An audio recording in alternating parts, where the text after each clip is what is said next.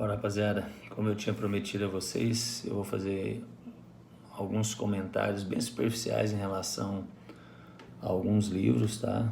Que eu li ao longo da minha vida e da minha carreira, que ainda são livros importantes, que embasaram o meu conhecimento. Já existem versões novas, mais recentes, e até livros mais interessantes, mas esses continuam tendo o seu valor. E eu vou fazer então esses comentários para que vocês conheçam a literatura e busquem esses livros. Alguns são de difícil acesso, assim, difícil de encontrar. Já vou até buscar um dele aqui. É um livro do Kramer e do Hackney, tá? Treinamento de força para esporte. Esse é da editora Artmed. Esse livro, juntamente com outros que eu tenho de força, são os principais livros que a gente tem na literatura brasileira traduzido, né? E nos traz inúmeros modelos de treinamento e sequência de treinamento e orientações quanto à forma de execução, as séries e os benefícios do treinamento de força para todos os esportes. Pra vocês entenderem, ó, como eu sempre tenho falado para vocês, da gente ganhar força na velocidade que a gente trabalha, né? Então, assim, eu tenho trabalhado muito a força explosiva, a força em alta velocidade, desde a musculação até mesmo dos exercícios em campo. Muitos profissionais trabalham comigo, muitas vezes se surpreendem, dizem que não existe, ou que nunca viram, né? E a gente cada vez mais encontra isso na literatura.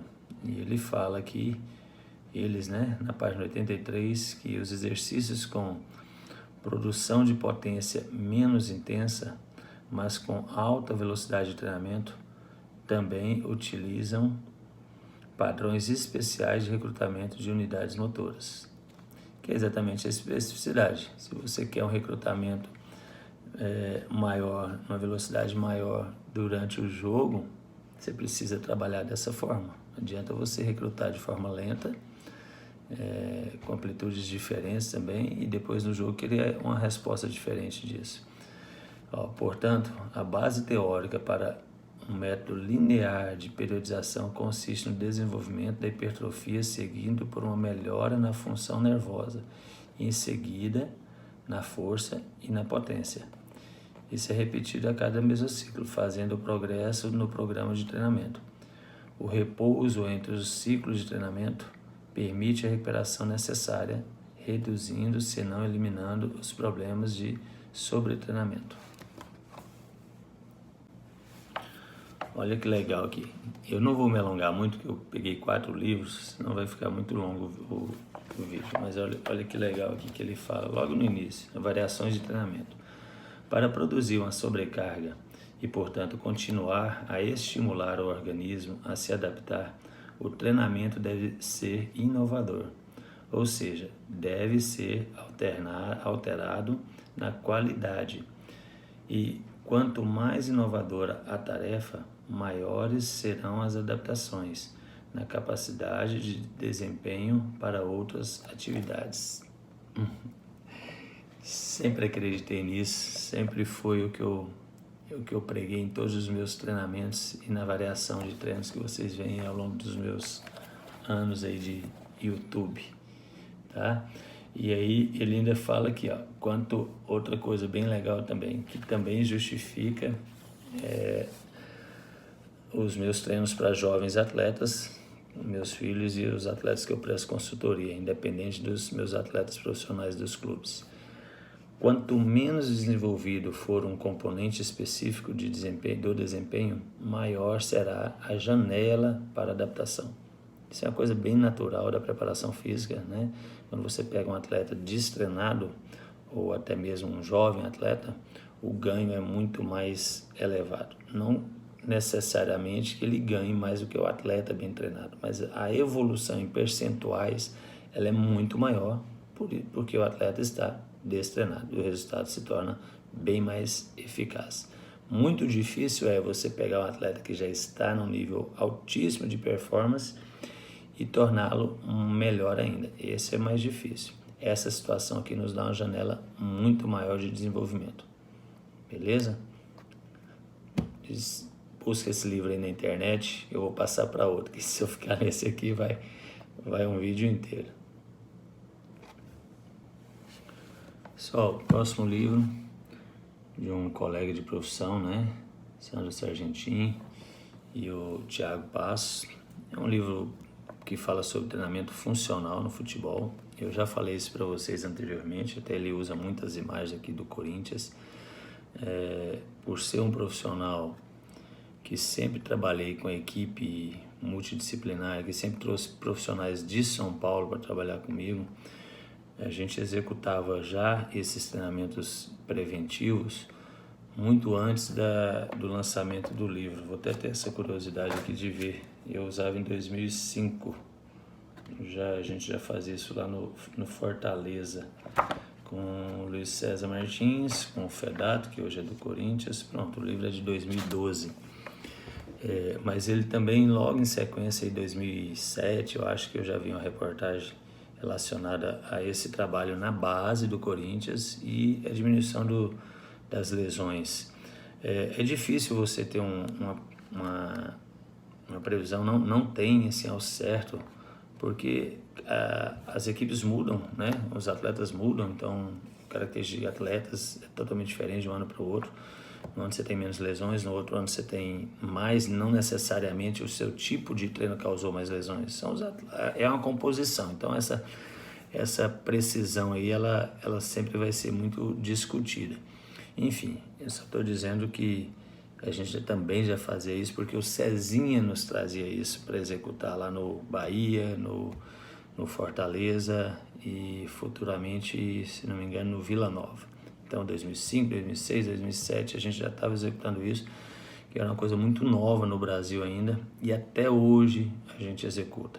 Depois surgiu o Eleven lá, né, os treinamentos da FIFA, né, que também nos ajuda e é muito interessante também. A gente usou um certo período no próprio Vila Nova, um tempo atrás. Os atletas tinham que passar uma vez por semana para executá-lo. Tudo voltado para o fortalecimento da região do core, fortalecimento geral e prevenção de lesão. Esse livro é um livro muito legal, dá um embasamento bom assim sobre todas essas funções e a execução de cada um dos exercícios. Tem um monte de exercícios que baseado neles você consegue montar um monte de outros. Eu usei muito isso aqui no começo, quando esse livro surgiu, para montar novos exercícios, porque tinha muita pouca literatura e vídeos relacionados a isso. Então, a gente vendo o exercício, você cria outros em cima. Ele vem com DVD, que eu já não sei onde está mais, e a gente assistia o DVD e montava um monte de treino baseado nos vídeos mostrados no DVD. Então, ótimo livro aí, um livro bem simples, leitura bem simples, com muitas figuras. Vocês vão ver aí, ó, com muitas figuras aqui no final aqui para vocês montarem os seus treinos também. Beleza? Mais um. O próximo livro, eu vou confessar para vocês que eu nunca consegui completá-lo. Antônio Carlos Gomes, livro já antigo, porém bem atual ainda, porque muita gente lê e comenta. É uma referência no Brasil, na fisiologia, né? E esse é o meu grande problema. Eu sempre tive um certo receio de ler, e sempre que lia eu nunca concordei muito com as ideias dele. E quem sou eu para falar, né, de Antônio Carlos Gomes? Porém, como preparador físico, apesar de eu não estar no nível dele, os seus métodos não são aqueles que eu concordo. E também nós tivemos algumas experiências, se não muito agradáveis, de se enfrentar, e também de colegas que já tiveram alguns embates com eles. Então acaba tendo aquele lado sentimental assim, que não me faz gostar muito da metodologia. Porém, um monte de coisa bacana relacionada à parte fisiológica aqui, excepcional, tá? E que me desculpe essa minha sinceridade aí, mas tem alguns profissionais assim que eu ainda peguei iniciando, Antônio Carlos Gomes, Turíbio, Cezinha, com metodologias e com teorias diferentes um do outro, e que naturalmente a gente segue uma linha, e definitivamente a do Gomes não é a minha.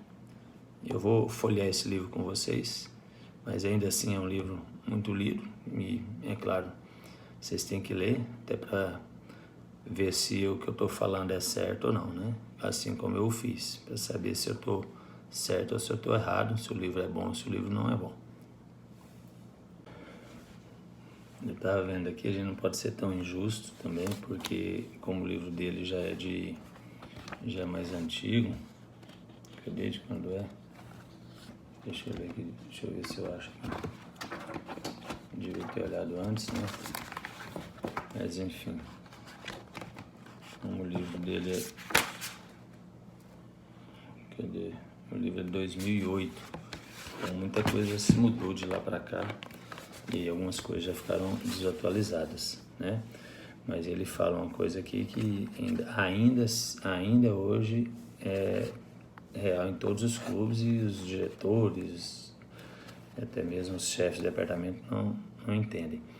Ó, essa procura pelo rendimento máximo, pela vitória, pela superação constante, implica a formação de uma comissão técnica profissional que tenha o domínio da tecnologia de ponta e de conhecimento científico para uma melhor preparação dos futebolistas.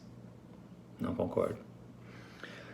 Se o cara não tiver conhecimento de campo, se não souber falar com atletas, se não souber montar treino, se não souber montar estratégia de treino, de nada vale ele ter conhecimento científico, ter conhecimento técnico da parte científica, mesmo que ele tenha jogado.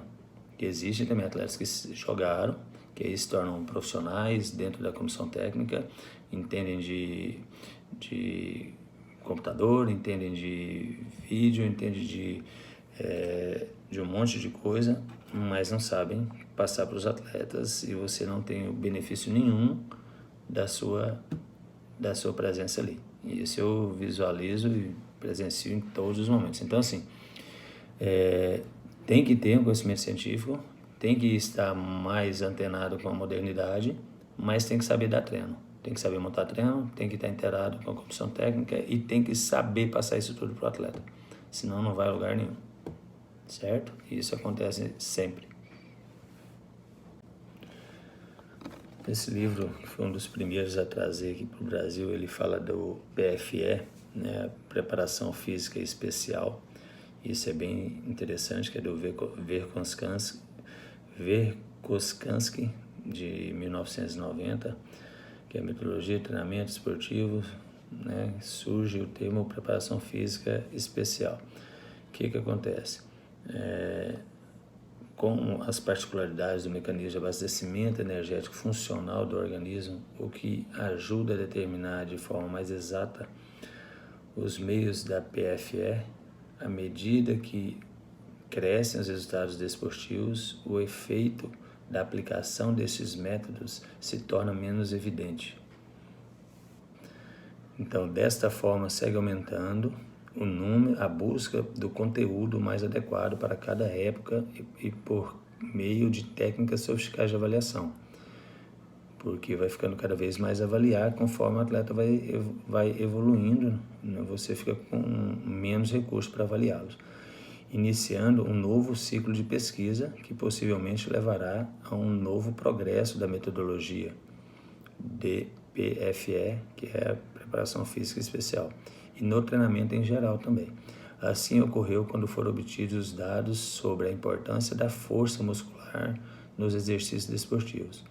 Quando os cientistas informaram sobre a especificidade das capacidades de força e, finalmente, quando ficou claro que o aumento da resistência não está ligado ao aumento do fornecimento de oxigênio no sangue, mas sim à intensidade da capacidade dos músculos de utilização potencial do oxigênio. Especificidade, adaptação ao seu esporte e velocidade no caso do futebol.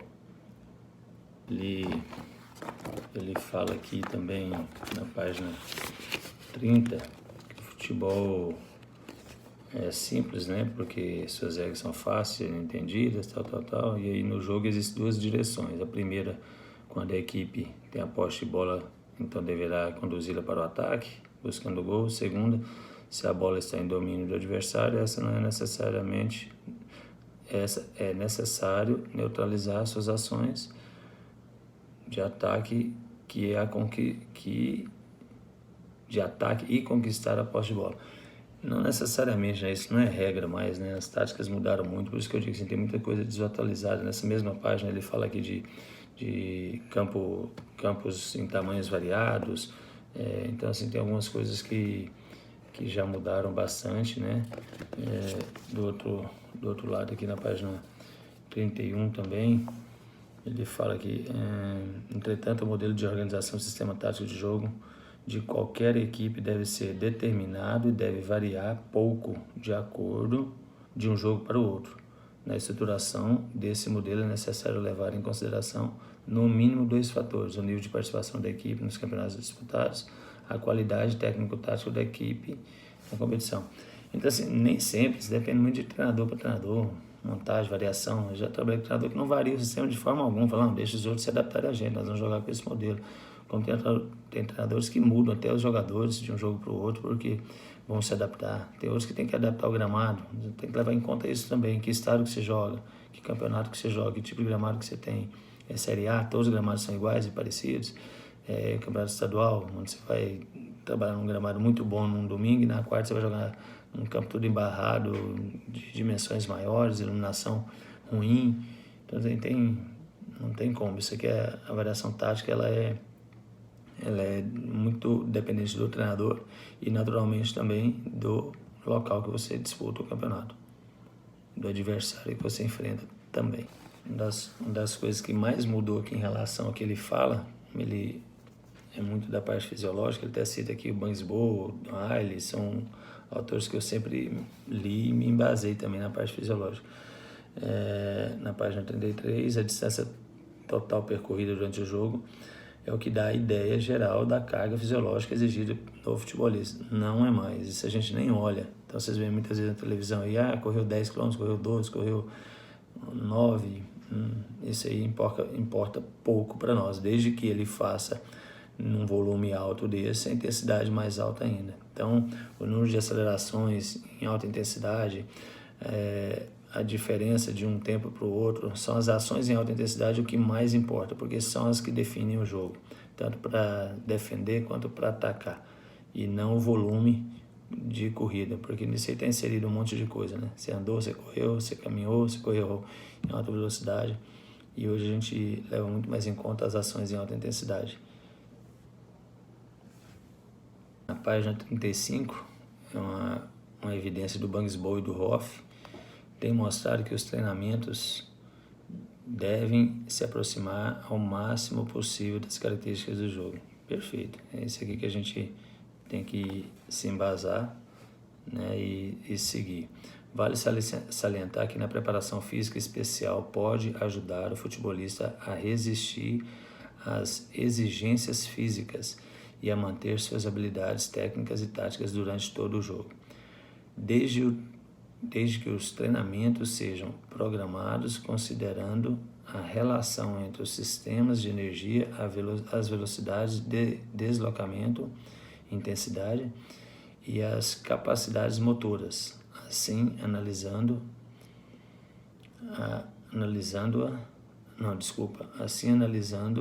a figura 2.3, eu não vou mostrar aqui, que fala de intensidade, caminhada, parado. Verifica-se que a execução das ações motoras de baixa intensidade, os músculos produzem energia predominantemente pelo sistema aeróbico. Nas ações motoras de moderada intensidade, a produção de energia é proveniente do sistema aeróbico e anaeróbico. mais específico para nós, né? Então isso vale muito na hora da montagem do treino, nos descansos entre um intervalo e outro, entre um exercício e outro.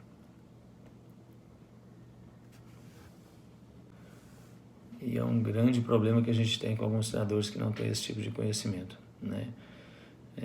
Entender isso daqui, que a recuperação ativa, recuperação com carga moderada, mais alta do que a parada, nos trazem grandes benefícios. Vou dar um simples exemplo para vocês. Treinamento analítico de finalização frontal gol. Aí chuta e fica a fila indiana lá, você demora 15 segundos para fazer o seu trabalho ali, nem isso às vezes, e já monitorei várias vezes, 2 minutos e 15, 2 minutos e 45 parado para um novo chute. Você não vai ganhar em nada, né? Só no gesto técnico ali, mas se você planejasse corretamente, você poderia ter outros benefícios na parte física também, que é algo tão importante para o jogo e que muitas vezes na montagem do treino técnico não se leva em conta. Beleza?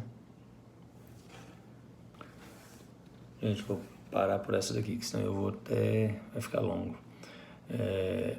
Na página 43 aqui, eles falam sobre as avaliações, né, monitoramentos de treinos e aplicação do que se monitorou, do que se observou no jogo para os treinos. Então, quantidade de acelerações, volume de jogo.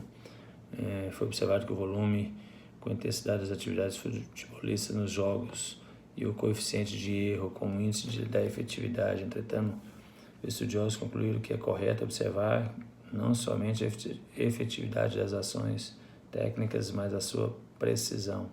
A causa dessa mudança consistiu na forma de avaliação dessas ações. Enfim, vamos ver aqui a diferença entre o volume de execução exata das ações técnicas serviram de fundamento para a constituição dos modelos individuais da atividade competitiva dos jogadores. Por exemplo, o lateral deverá, em média, executar 18 passos curtos e somente 3 deles poderão ser errados. Gente, esquece, isso aqui é balela. Não sei, clubes gigantes mesmo, os grandes do Brasil, como Atlético Paranaense, Corinthians e lá fora todos os clubes que dão a mesma condição para a base profissional. Você não vai fazer isso aqui nunca na base, na maioria dos clubes. E aí o que acontece? Que é o grande problema que está acontecendo. O pessoal está com essa mania de fazer treino técnico, treino com bola. Não vamos treinar só com bola. Aí pega o treinador, não, eu só trabalho com bola. O preparador físico fica lá, só catando bola, né? Nem vai. E aí o que acontece? O time não anda depois de um dia do jogo. Aí ele vira para o preparador físico e fala, meu time cansou. Ai, meu irmão, para aí, você não deixa eu trabalhar, ué. Não tem monitoramento, vai para o treino tradicional, porque ali você tem o campo ali 300 metros, você sabe 300 metros quantos segundos o cara tem que fazer para ele correr a 18 por hora, 19 por hora. Você vai fazer um bate e volta, você vai marcar o tempo, vai saber que ele está acima do limiar dele, que o limiar você consegue testar. Entendeu? Então você vai pro tradicional, que aí seu time, você vai ter certeza que seu time vai correr. Que a pior coisa que tem é a gente ir pro jogo sem saber se o time vai correr. E aí, será que o trabalho que foi feito vai ser bom? Foi bom? Vai dar resultado no campo? Isso aí é a pior coisa que tem. Quando você não tem monitoramento, você vai pro básico e você vai ter essa certeza. Caso contrário, você tem que ter monitoramento. Aí você está lá, monta o joguinho, monta o campo reduzido, treinador, cada um com seu GPS no mínimo, com seu frequencímetro, você aqui de fora está monitorando os caras acima da frequência cardíaca, ou então cobrando um volume de treino e intensidade parecida com a de jogo e coisa e tal. Então, aí beleza, aí precisa de físico mesmo não, pode soprar a bola que você condiciona, complementa lá com o trabalho de força e vamos embora. Caso contrário, esquece isso aqui que eu li para vocês agora, porque não dá para se aplicar a clubes sem estrutura. Separa preparador físico e treinador, mete o pau nos caras, entra em acordo, dá treino físico, deixa o preparador físico trabalhar, que as coisas acontecem. É só programar bem a semana que dá para os dois trabalharem bem. Vamos lá para o último. Rapaziada, último livro, 11 Anéis, o livro do Phil Jackson. Eu já tinha lido o primeiro, Cestas Sagradas, treinador mais vencedor lá da NBA, né? E parte desses aqui foi com Chicago Bulls, acho que os 6 primeiros, né, se não me engano. Mas enfim, o que é a ideia? Eu gosto muito de ler esses livros, biografias, principalmente de esportistas, mas eu leio todas as biografias que saem, que eu encontro, eu leio, porque são pessoas de destaque, eu preciso saber o que elas fizeram para ter destaque, seja no lado estratégico, no lado emocional, seja na genética, mas alguma coisa tem de diferente.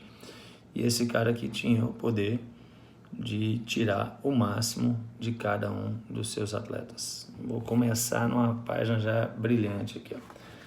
Ele busca muitas coisas da cultura americana e tem uma aqui, ó. Em algumas tribos indígenas norte-americanas, os anciões identificavam os guerreiros mais raivosos e os ensinavam a transformar a energia selvagem e descontrolada em fonte de força e poder criativo.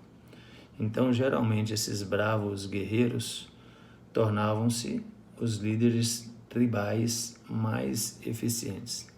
E assim ele o fazia também no seu time. Era Scott Pippen, não era? Que era o doido, faz tempo que eu li esse livro aqui. Além de ter o Jordan, ele tinha os caras também que caçavam a briga por ele, né? O sofrimento suportado com ânimo transmuta-o em inefável alegria.